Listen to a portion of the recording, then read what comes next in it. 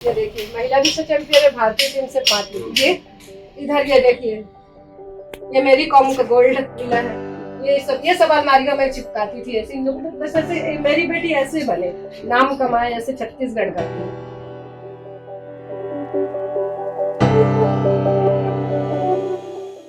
मेरे को बहुत अच्छा लगता है मेरी बेटी इतना अच्छा काम और खेल कूद में आगे रही है और मैं भी उसको चाहता हूँ कि जो मैं नहीं कर सका वो कर दिखाए और करे।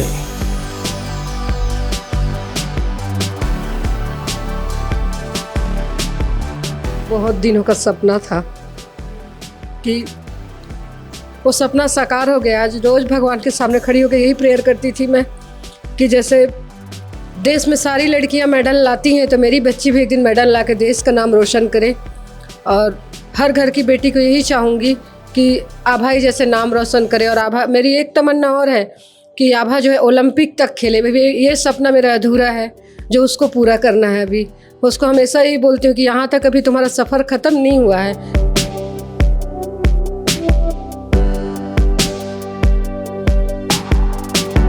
ऑल इंडिया में जो गोल्ड लेता है वो जाता है world police and fire games के लिए। ये साल मतलब हर 2 साल बाद होती है। इस बार मुझे बहुत ही बड़ा ये मौका मिला है। हर एक पुलिस का जो विभाग में है वो हर एक पुलिसकर्मी जो स्पोर्ट्स में जाता है उनका सबका एक रहता है कि हाँ हम वर्ल्ड पुलिस गेम खेलें, क्योंकि ये डिपार्टमेंट के लिए अपने आप में बहुत ही सौभाग्य की बात होती है कि उनका एक डिपार्टमेंट का बंदा वहाँ जाके खेल रहा है, परफॉर्म कर रहा है। हमारा अटैक इतना स्पीड और इतने टाइमिंग के पंचेस हम यूज़ करते हैं कि ये बस हमारा पॉइंट आ जाए और अगले को चोट भी ना लगे। अगर गवर्नमेंट हमारी चाहे तो ये स्पोर्ट्स के लिए अगर काम करे तो बहुत ही अच्छा होगा। हमारे यहाँ पे भिलाई में बहुत ही अच्छे ब्रिलियंट हमारे स्पोर्ट्समैन्स हैं। एक समय ऐसा देखना चाहती हूँ मैं भी कि हाँ हमारे छत्तीसगढ़ का भी बच्चा वहाँ पे जाए और हर एक गेम में हमारे छत्तीसगढ़ का एक बच्चा हो।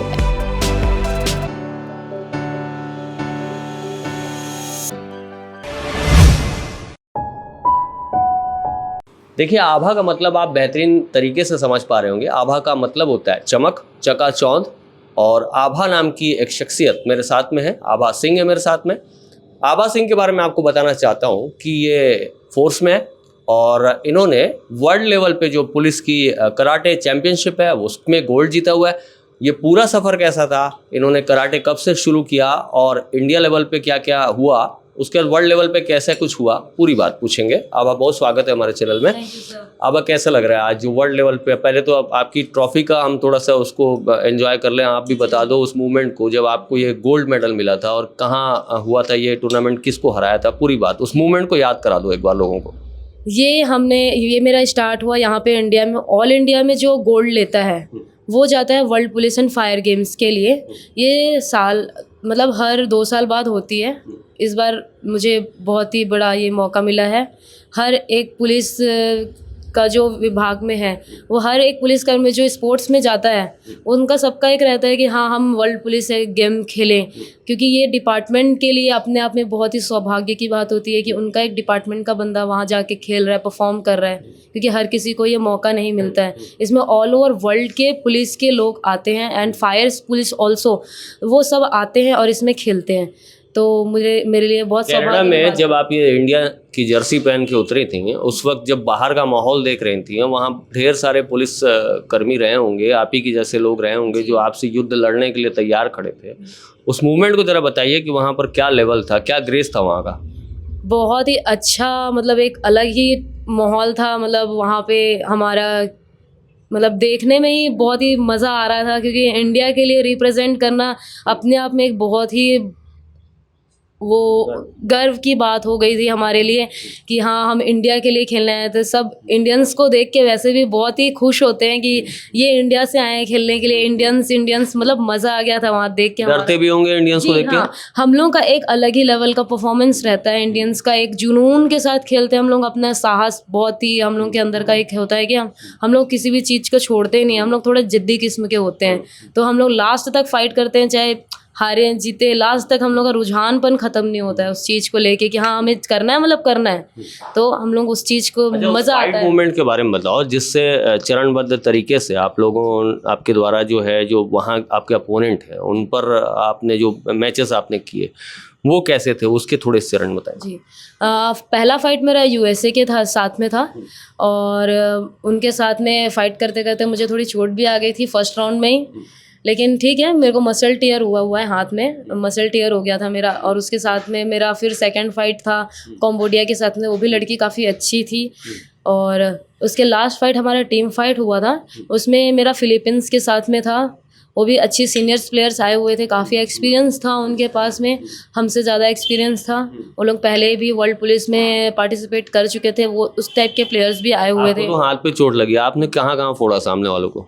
एक्चुअल में ये टच टेक्निकली ये लाइट कांटेक्ट गेम होता है, तो हमको इतना कोशिश करते हैं कि किसी को ज़्यादा इंजरीज ना आए, क्योंकि अगर हम इंजरी किसी को करते हैं तो हमें कॉशन मिलता है और हम डिस्क्वालीफाई भी होने के चांसेस कटते हैं। जी हाँ, तो डिस्क्वालीफाई होने के चांसेस। ऑफेंसिव, जैसे जो कोच सिखाते हैं कि ऑफेंसिव खेलो आप, मतलब मारो जी या लड़ो या स्पीड रखो, तो उसको कैसे समझाएंगे कि अगर जैसे चोट लग रही है या फिर आप ऑफेंसिव खेलोगे, सामने वाले को चोट पहुंचेगी, आपके नंबर कट जाए, तो इस बीच में जो तालमेल है वो कैसे बना पाते हैं? ये एक्चुअल में हम कोशिश करते हैं कि जो हमारी टेक्निक है उसको फुल अप्लाई करके हम जल्दी से रिवर्स हो जाए, मतलब अपने जगह पे वापस हों, ताकि हमारा अटैक इतना स्पीड और इतने टाइमिंग के पंचेस हम यूज़ करते हैं कि ये बस हमारा पॉइंट आ जाए और अगले को चोट भी ना लगे। हाँ, तो हम लोगों को बहुत सारी हमारी टेक्निक्स होती हैं जिसको हम यूज़ करते हैं, कोचेस हमारे सिखाते हैं कि ये टेक्निक यूज़ करना है, इस तरह में इसको इस तरीके से अप्लाई करना है। तो वही है, ऑफेंसिव ज़्यादा खेलते हैं हम, जैसे पहले ऑफेंसिव खेलना चालू करते हैं, क्योंकि ऑफेंसिव इसलिए खेलते हैं क्योंकि फर्स्ट को स्कोर हम लेने की कोशिश करते हैं। अगर हमारे पास पहला स्कोर आता है तो हम लोग सेकेंड स्कोर, थर्ड स्कोर, क्योंकि 3 मिनट्स के फाइट में हम ज़्यादा वो नहीं कर सकते कि हाँ फाइट में ऑफेंसिव ही खेलते हैं, तो हम लोग ऑफेंसिव और डिफेंसिव दोनों गेम ही खेलना पड़ता है। ये मेडल जरा दर्शकों के जी हाँ, ये मेडल्स, ये world police and fire games के मेरे मेडल्स हैं। एक इंडिविजुअल इवेंट का है, एक टीम इवेंट्स का है, और ये मेरे ऑल इंडिया पुलिस गेम्स जो अभी मैं जिसके थ्रू इस वर्ल्ड पुलिस में गई थी उसका मेडल है। ये मेडल जब आपको पहनाया गया था वहाँ पर, तो आप जाहिर सी बात है 3 पायदान रहे होंगे वहाँ, जैसे हम देखते हैं टीवी पे ना, तो 3 पायदान में सबसे ऊपर आपको खड़ा करके उसके बाद पहनाया होगा।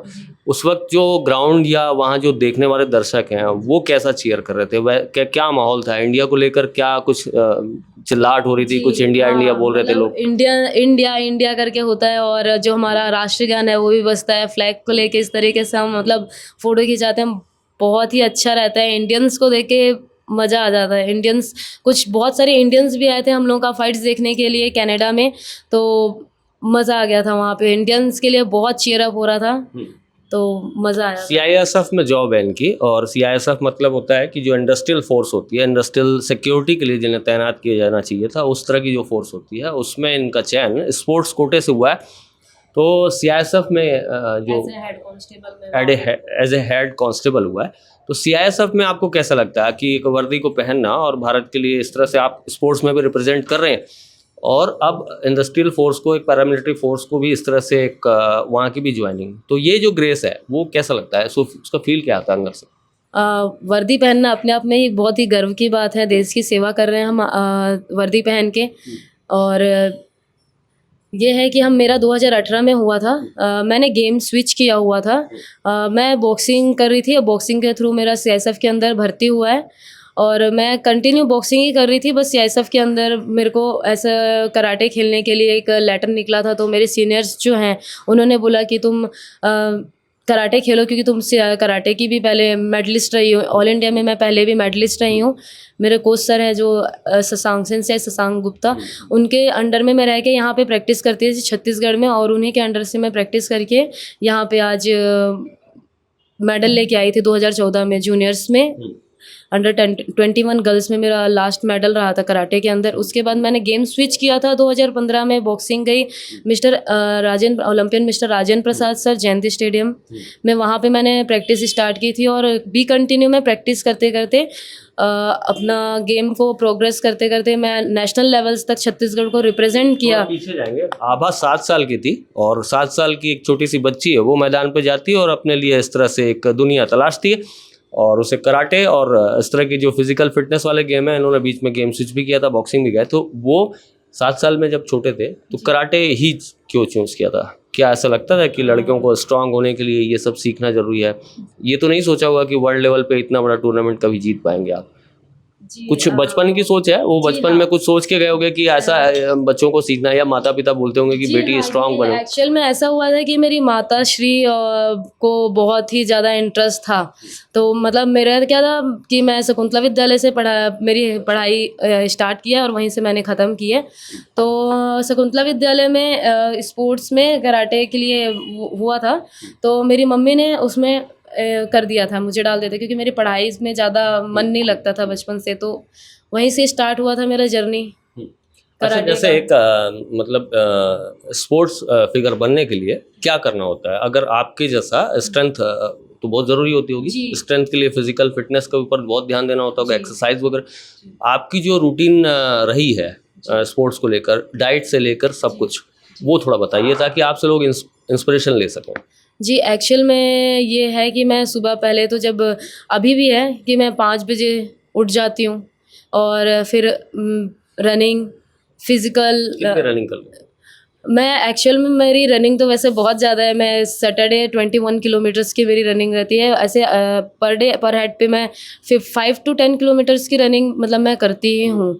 और फिर उसके बाद हमारा एक्सरसाइज होता है, कोर एक्सरसाइज होती है, कोर की पूरी एक्सरसाइज करते हैं और क्रॉसफिट करते हैं, पूरी क्रॉसफिट करेंगे। मतलब रनिंग के बाद हम पूरी क्रॉसफिट करते हैं। क्रॉसफिट में जंपिंग एक्सरसाइज होती है और सब कुछ आती है, उसमें सब कुछ ऐड कर देते हैं। फिर हम प्रॉपर हमारे जो गेम है उसकी प्रैक्टिस करते हैं। उसके बाद हमारा स्ट्रेचिंग्स होता है। स्ट्रेचिंग करने के बाद फिर हम अपना कूल डाउन होते हैं और फिर उसके बाद मतलब सुबह कम से कम 2-2.5 घंटे की प्रैक्टिस होती है, इवनिंग में भी 2-2.5 घंटे की प्रैक्टिस होती है।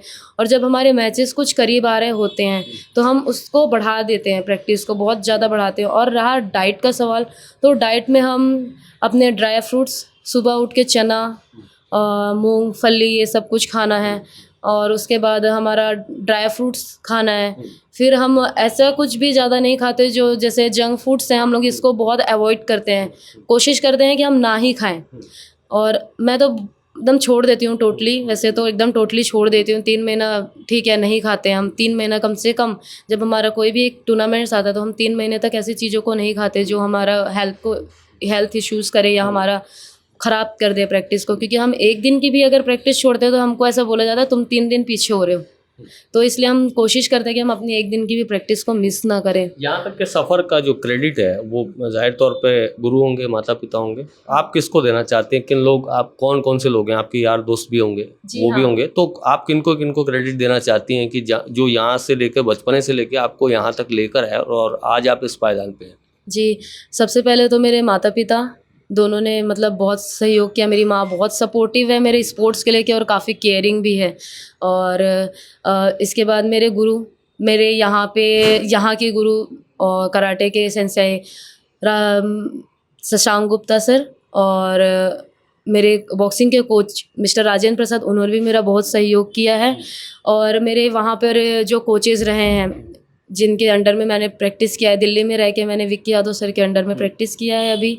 और क्या बोलते हैं, मेरे जितने भी सहयोगी हैं, मेरे बॉक्सिंग के सहयोगी, जिन्होंने मेरे को इस वर्ल्ड पुलिस खेलने के लिए बहुत ज़्यादा सहयोग किया, मेरे जो रूम पार्टनर्स हैं बॉक्सिंग के, मतलब मेरे जो 4-5 दोस्त हैं, उनका सहयोग बहुत ज़्यादा रहा है। मेरे सीनियर्स हैं सारे, और इनका सहयोग इतना ज़्यादा मतलब मोटिवेट करते हैं मुझे खेलने के लिए। कहीं भी अगर ऐसे लगता है नहीं यार ये नहीं हो पाएगा, ये मैच मुझसे नहीं निकल पाएगा, तो वो मुझे बहुत मोटिवेट करते हैं, नहीं तू कर लेगी, तू कर सकती है, बस तुझे करना है। अब यहाँ जैसे छत्तीसगढ़ में स्पोर्ट्स कल्चर के लिए तो योजनाएं ढेर सारी हैं, लेकिन जैसे जो एकेडमी वाइज जैसे होता है, जैसे हरियाणा सरकार वगैरह या राजस्थान सरकार एकेडमी, बहुत हाई प्रोफाइल हाईटेक एकेडमी चलाती है, क्या आपको लगता है कि जो सरकारें हैं वो उनको इस दिशा में थोड़ा सा यहाँ जी हाँ, हाईटेक यहाँ पे थोड़ी टेक्निक्स की जो है और एकेडमिक्स के लेके थोड़ा सा है, क्योंकि आज के डेट में स्पोर्ट्स का लेवल बहुत हाई हो गया है। जैसे कि पढ़ाई का लेवल्स बहुत हाई होता चला जा रहा है, वैसे इंटरनेशनल लेवल्स पे पढ़ाई ये हमारा जो स्पोर्ट्स का लेवल है बहुत हाई हुआ है, और हमारे यहाँ वो लेवल्स अभी नहीं आया हुआ है। तो मतलब अगर गवर्नमेंट हमारी चाहे तो ये स्पोर्ट्स के लिए अगर काम करे तो बहुत ही अच्छा होगा। हमारे यहाँ पे भिलाई में बहुत ही अच्छे ब्रिलियंट हमारे स्पोर्ट्समैन्स हैं। अगर थोड़ा उनको सपोर्ट मिल जाए और उस टाइप का एटमॉस्फेयर मिल जाए गवर्नमेंट की तरफ से, तो इंटरनेशनल मुकाम पे हर एक घर का बच्चा निकल सकता है। मेरा आगे सोचना ये आगे है। आगे सफ़र क्या चाहती हैं, कहाँ देखती हैं अपने आप को, क्या बनना है आपको? मुझे ऐसा लगता है कि फ़िलहाल तो मेरी मतलब सरकार से ये गुजारिश है कि मुझे यहाँ स्टेट पुलिस में नौकरी दे दें, क्योंकि मैं सेंट्रल लेवल पे हूँ। मेरे माता पिता हैं और मेरी मदर की एज भी 50 अराउंड होने वाली है, मेरे फादर की एज 60 अराउंड होने वाली है, और मैं घर की सबसे बड़ी लड़की हूँ, मेरी एक छोटी बहन है। तो घर की जिम्मेदारी मेरे ऊपर आती है। तो मेरे अगर पेरेंट्स का किसी का तबीयत भी ख़राब हो जाता है तो मुझे आने में जाने में बहुत ही दिक्कत होता है। तो मैं सरकार से ये अपील कर रही हूँ, मैंने ज्ञापन भी दिया हुआ है सीएम साहब को कि मुझे यहाँ स्टेट गवर्नमेंट में एसआई रैंक में मुझे यहाँ मिल जाए तो मेरे लिए बहुत ही अच्छा होगा।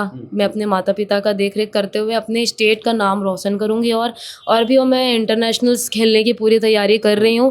फेडरेशंस की तरफ से मेरे को थोड़ा सपोर्ट है और वो मेरा सपोर्ट करेंगे। मेरे को मैचेस के लिए भी वो लोग मतलब बोल रहे हैं कि तुमको ये सारे मैचेस जाना है। कुछ इंटरनेशनल टूर्नामेंट्स भी हैं मेरे अभी, और तो मैं बने रहूँगी इसके साथ में। अभी मेरा और आगे का देखते हैं कि आगे भगवान कहाँ तक लेके जाता है मुझे। ये मेरा आभा की प्रयास है। कहानी है, आभा की कहानी मतलब अब कहानी तो नहीं कहेंगे, सच्चाई है। और सच्चाई इन्होंने अपने मेहनत से, अपने पसीने बहाकर और अपने दम पर जीता है। आपने कहावत सुनी होगी, करत करत अभ्यास के जड़मत हो सुजान, रसरी आवत जाते सिल पर पड़त निशान। मतलब जो रस्सी है अगर पत्थर पे बार बार उसको रगड़ दिया जाए तो पत्थर पे भी निशान पड़ जाता है। तो उस तरह की तपस्या के साथ इन्होंने अपने बचपने से 7 साल की उम्र से इन्होंने अब तक की उम्र तक जो भी पायदान पाया है वो बहुत बड़े स्केल पे वर्ल्ड लेवल पे किसी को हराना और भारत का नाम वहाँ जाकर रोशन करके वहाँ झंडे तिरंगा गाड़ कर आना, ये अपने आप में बहुत बड़ी बात है। आभा की एक छोटी सी मांग है जो इन्होंने खुद भी रखी है, और आभा चाहती हैं कि छत्तीसगढ़ सरकार इस काम में उनकी मदद करे। माता पिता हैं, उनकी एक छोटी सी फैमिली है, और सरकार को भी जब ये भारत के लिए, छत्तीसगढ़ के लिए इतना कुछ कर रही हैं अपनी मेहनत के दम पे, तो ये सरकार के लिए मैं नहीं समझता कि कोई बहुत बड़ी मांग है, छोटी सी मांग है। सरकार को इस विषय में विचार करना चाहिए।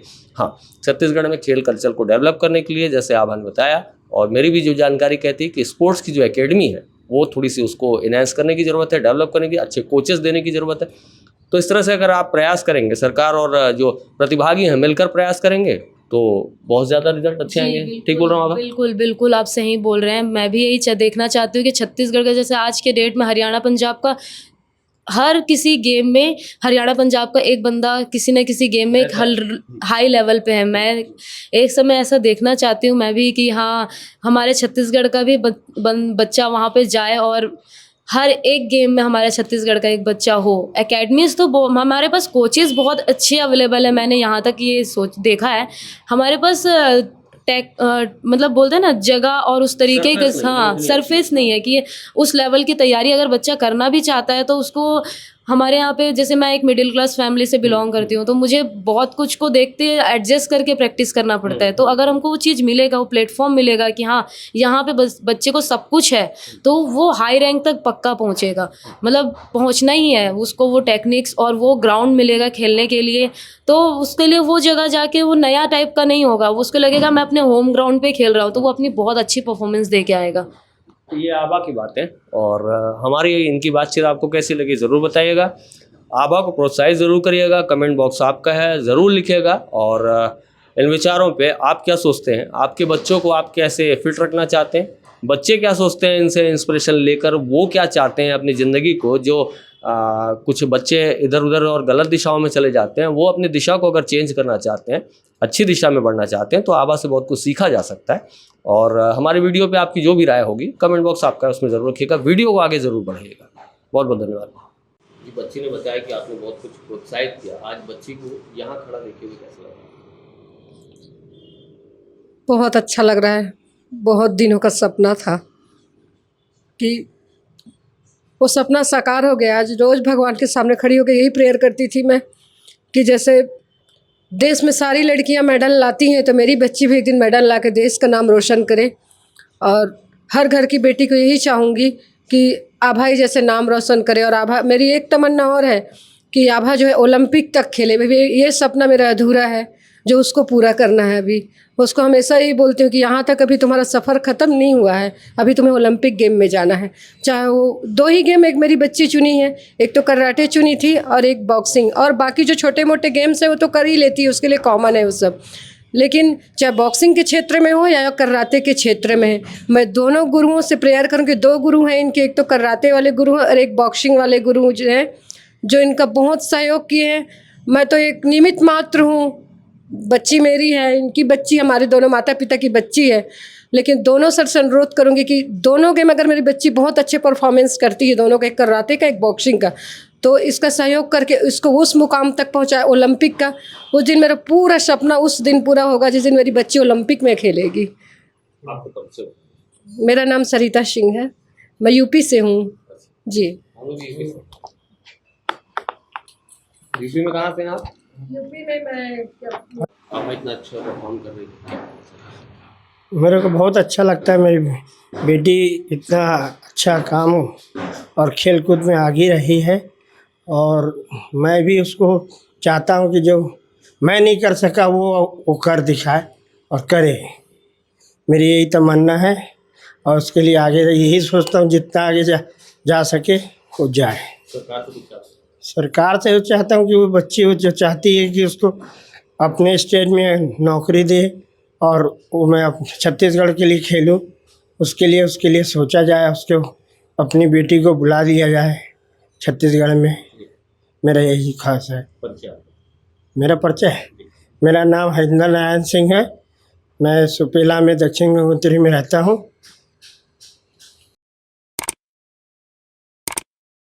न्यू वीडियोस के अपडेट पाने के लिए सब्सक्राइब करें केपी न्यूज़ को और बेल आइकन को दबाएं।